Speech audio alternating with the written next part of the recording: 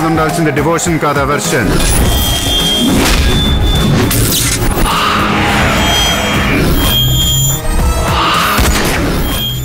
So తను చాలా effort పెట్టాడు ఈ సినిమా కోసం. మన ప్రొడ్యూసర్స్ గారికి నారీ నారీ సాంగ్ చాలా ఫేవరెట్ అనుకుంటా. నేను అడుగుదాం ఒక నెక్స్ట్ క్వశ్చన్. మీకు బేల్పూరి పాట ఇష్టమా? నాకు ఫ్రాంక్గా బేల్పూరి చాలా ఇష్టం.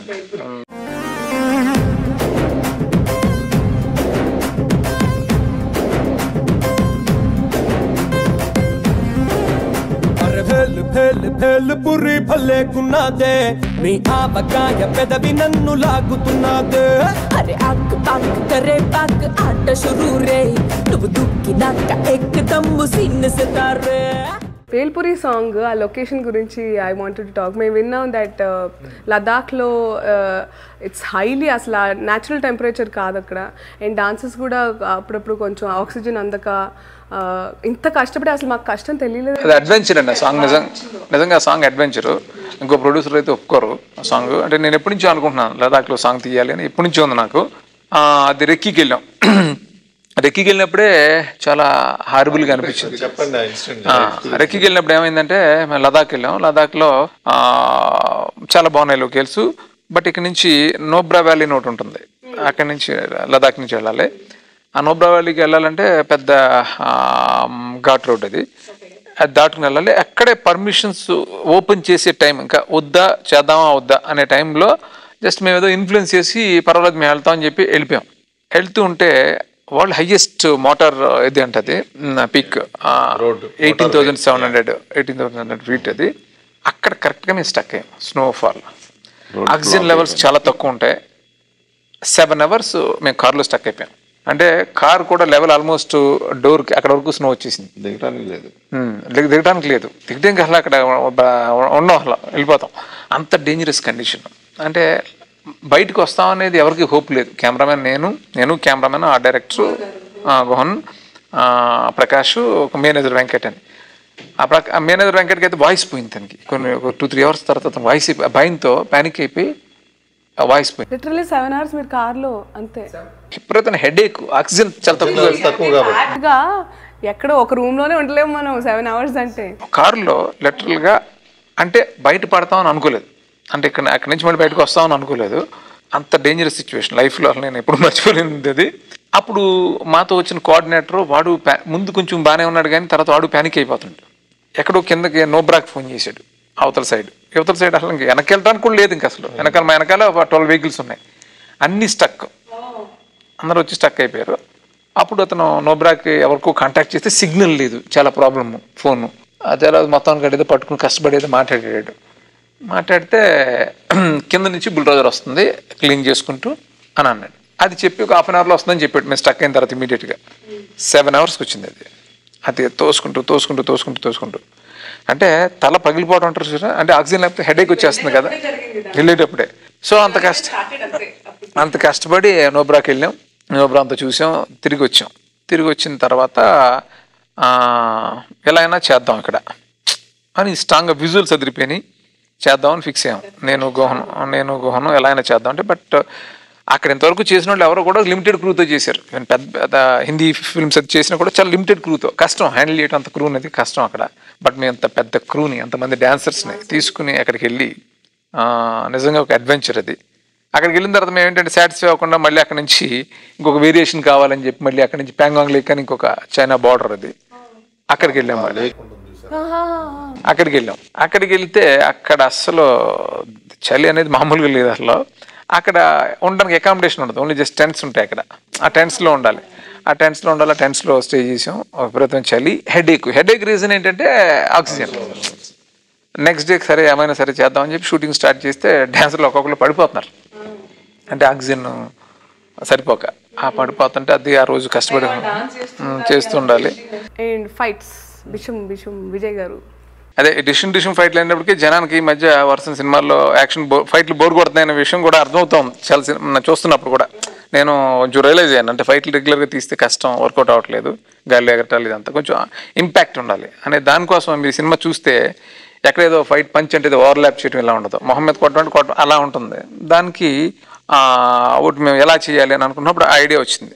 అంటే ఓవర్లాప్ లేకుండా ఇంపాక్ట్ ఇచ్చేలా చేయాలి అనే దానికి ఒక చిన్న టెక్నాలజీని విజయ్ చెప్పాడు నాకు, ఇలా చేస్తే ఇలా వస్తుందని అని చెప్పేసి. బట్ టైం టేకింగ్, అన్ని లేయరింగ్ చేయాలి.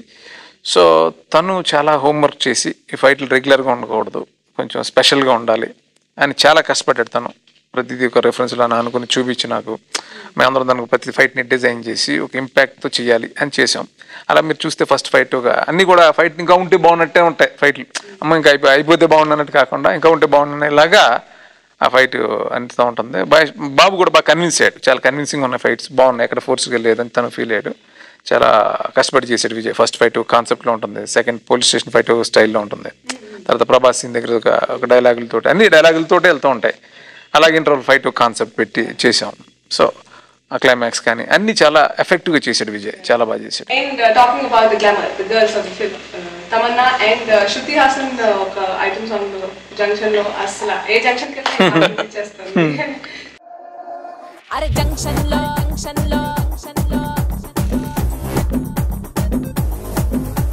ముద్దుగా నా పేరు బొండు మల్లే, నవ్వితే నేనేమో జుంకా మల్లే. అరే జంక్షన్ లో అరే జంక్షన్ లో ముద్దుగా నా పేరు బొండు మల్లే, నవ్వితే నేనేమో జుంకా మల్లే. అరే నేనంతో ఫేమస్ ముదునే పల్లె టు ముంబై ఢిల్లీ. మదరాసి రబ్బర్ బొమ్మ, నీ ఇస్మైలు ఇస్టైలు అదిరిందమ్మా, ఇక నా పక్క నీ జోడి కుదిరిందమ్మా. ఎహరాయే దేశీ బలి గుమ్మ జంక్షన్ లో, వై జంక్షన్ లో, నీ జంక్షన్ లో నా ఫంక్షన్ పడితే పిల్లో గోళ పెడతావ తల్లో.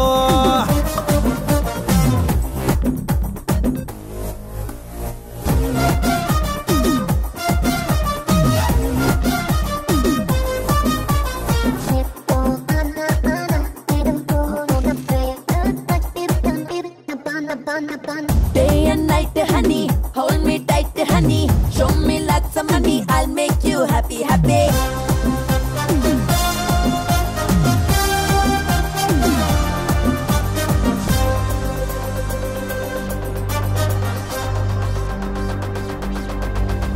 Pantu shirtu వేసుకున్నా పక్కా మాసు పోకిరి నువ్వు.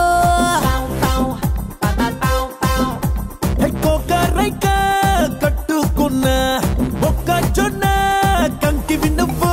ఈ చూపు ఈత ముల్లులే, నవ్వు ముంత కల్లులే. ఇప్పసార ఎస్సరుల నాటు మందు పస్సరుల జాతరలో అత్తరుల దొరికావే నువ్విలా. జంక్షన్ లో, ఓ జంక్షన్ లో, నీ జంక్షన్ లో నా ఫంక్షన్ పడితే పిల్లో గోళ పెడతావ తల్లో. జోడు గుర్రాళ్ళ బండెక్కి వచ్చే బుళ్ళో ఊరేగింపే బళ్ళో.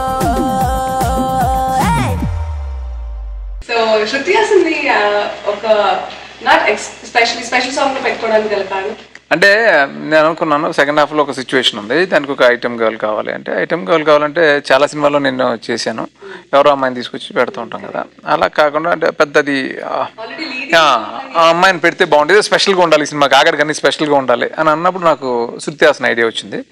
ఐడియా వచ్చినప్పుడు ఇమీడియట్గా కాల్ చేశాను నేను, కాబట్టి టెక్స్ట్ పెడితే తను ఇమీడియట్ రెస్పాండ్ అయింది. రెస్పాండ్ అయితే ఇట్లాగా ఒక స్పెషల్ సాంగ్ ఫస్ట్ టైం అమ్మాయి ఇంతవరకు చేయలేదు, డెఫినెట్గా చేస్తాను సార్ అని అంది. అట్లాగా యాక్చువల్గా అదే వాళ్ళిద్దరు కాంబినేషన్ ఫస్ట్ నేనే చూపించాలనే స్వార్థం కూడా నాది. అది నేను బాబుకి చెప్పాను, నేను అట్లాగా శృతి అంటే నెక్స్ట్ సినిమాలో హీరోయిన్గా చేస్తుంది కదండి చూపించాలి అంటే పాపం నేనేమన్నా తను కాదని అన్నది కదా పాప. తను యాక్చువల్గా అయితే ఎవరన్నా హెసిటేట్ చేస్తారు, నెక్స్ట్ సినిమాలో హీరోయిన్ కదా, సరే పాపం అంటే ఏ సినిమాకి ఆ సినిమా బాబాని కన్విన్స్ చేసి పెట్టేసి అనమాట. అట్లాగా యా తమన్నా చాలా ఫెంటాస్టిక్ డాన్సర్, సేమ్ టైం అమ్మాయి చాలా హార్డ్ వర్కింగ్, అంటే చాలా అలాంటి కండిషన్స్లో వెరీ ప్రొఫెషనల్. అంటే ఇప్పుడు లడాఖ్లో కానీ లేకపోతే స్విట్జర్లాండ్ చలిలో భయంకరం చలిలో కూడా అమ్మాయి చాలా పేషెన్స్ కానీ ప్రొఫెషనలిజం చాలా. సో సేమ్ టైం అమ్మాయి క్యారెక్టర్ కూడా చాలా బాగుంటుంది సినిమాలో, చాలా ఒక గ్రీడీ. సో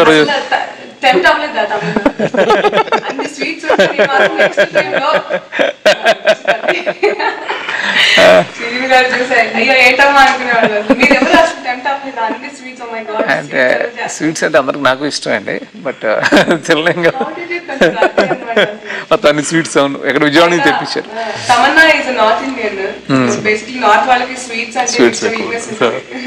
తమన్నా ఉన్నట్టు అడిగిదాను చాలా అందంగా ఉంటుంది ఆ ప్రేమ.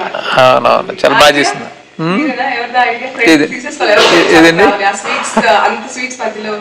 ఫ్యామిలీ బ్యాక్ డ్రాప్ స్వీట్స్ ఇదే కదా, దానికోసం పెట్టాలి. వాళ్ళ కంపెనీ కదా, స్వీట్స్ కంపెనీ అని చెప్తున్నాం కదా, సో అంబియన్స్ అంతా అలా ఉండాలంటే విజయవాడ నుంచి తెప్పించారు. ఎవరైనా తిన్నారు అనిల్ గారు? నేను ఆనందంతో sweets too much, super good. అయితే and there is a special episode about game shows. నార్మల్గా ఇప్పుడు ఆడియన్స్ కి టీవీస్ లో ఎక్కలని కిక్ ఇస్తుంది నార్మల్గా, what next what, and specially when it is money and all, ఎవరు ఎంత ఎలా ఆడతారు ఏంటి అనే సస్పెన్స్ థింగ్ ఉంటుంది. మీరు దానికి ఆ పరిస్థితి సూపర్ గా క్యాచ్ చేశారు సినిమాలో. సో ఆ ఎపిసోడ్ గురించి అది హైలైట్ అవుతుందని నమ్మేమండి. అంటే అదే జరిగింది ఈరోజు. అంటే 12 నిమిషాల ఎపిసోడ్. అండ్ నాకు ఒక్కటే గుర్తొచ్చింది. ఒకసారి నేను మహాబలేశ్వర దూకుడు సిట్టింగ్స్కి వెళ్ళినప్పుడు గ్యాప్లో క్యారమ్స్ ఆడేవాళ్ళం. అది ఎంత అలా వచ్చిందంటే ఓడిపోకూడదు అనేది ఒకటి స్టార్ట్ అవుతుంది కదా, నాకే ఆశ్చర్యంగా అనిపించింది. అంత ఇది అయిపోతున్నానండి నేను, అసలు అంత అడిక్షన్ లాగేంటి, గెలవాలి అంత కసిగా ఆడుతున్నానంటే నేను, అది నాకు అర్థమైంది. అది సో అది ఉంటుంది మైండ్లో అలా, అది ఎప్పుడో ఇంత గేమ్ అంటే ఇంత ఇదిగా ఉంటుందన్నమాట. ఆ తర్వాత మా రైటర్స్ ఉపేంద్ర, అనిల్, మేము కూర్చున్నప్పుడు ఒక హైలైట్ ఎపిసోడ్ చేయాలి అని అన్నప్పుడు ఈ బ్యాక్డ్రాప్ తీసుకున్నాం. దానికి వాళ్ళు చాలా హోంవర్క్ చేశారు దానికోసం. క్వశ్చన్స్ చూస్తే మీరు అంటే హైలైట్ అవ్వాలి ఈ సీన్, 12 నిమిషాలు నవ్వుతూనే ఉండాలి అని ఫిక్స్ చేసాం. అది ఒక 3 days మేము కూర్చున్న ఒక చోట చాలా ఫోకస్డ్గా ఆ సీన్ డిజైన్ చేసాం. దానికి ఉపేంద్ర కానీ అనిల్ కానీ వాళ్ళ క్వశ్చన్స్ అవన్నీ ఉంటే చాలా ఒక నాలెడ్జ్ ఉంటుంది ఆ సీన్లో. పిల్లలు ఎంజాయ్ చేయడంతో పాటు ఒక నాలెడ్జ్ ఉంటుంది. సో అలా దాని నుంచి మళ్ళీ ఒక పర్పస్లోకి తీసుకురావాలి ఆ సీన్ని. ఆ సీన్ ఊరికి ఆ సీన్లోకి కాకుండా ఆ సీన్ పర్పస్ ఏంటి, సీన్ పర్పస్ ఏంటి, ఇంత చేసి ఏం చేస్తున్నాడు అంటే వాడికి సంబంధించిన అన్ని తెలుసుకోవడం కోసం ప్లే చేసాడు. సో ఆ ప్లేలోంచి దీన్ని బయటకు లాదికొచ్చాడు, దాన్ని కథలో తీసుకొచ్చి ఆ సీన్ డిజైన్ చేసాం.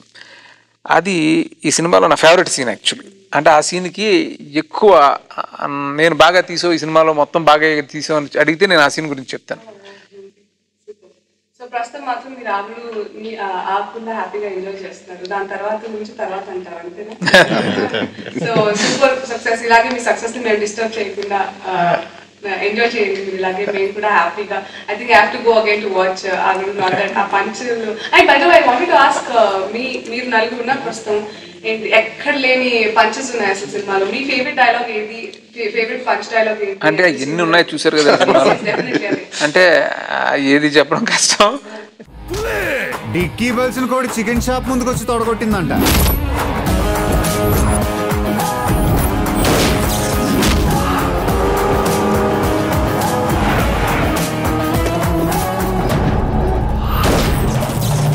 అయినా నువ్వు డైలాగ్ వేస్తే కౌంటర్ రైటర్, నేను రైటర్ కాదు ఫైటర్ని. అయ్యి బాబు నాకు సినిమా డైలాగులు వచ్చేస్తానేంటి?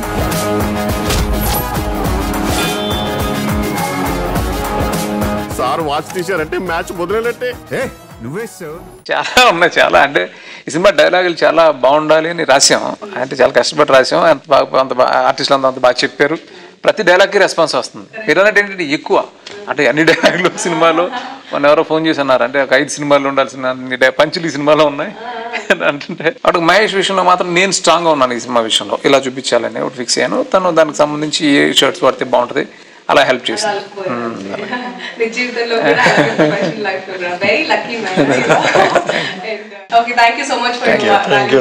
Thank you very much.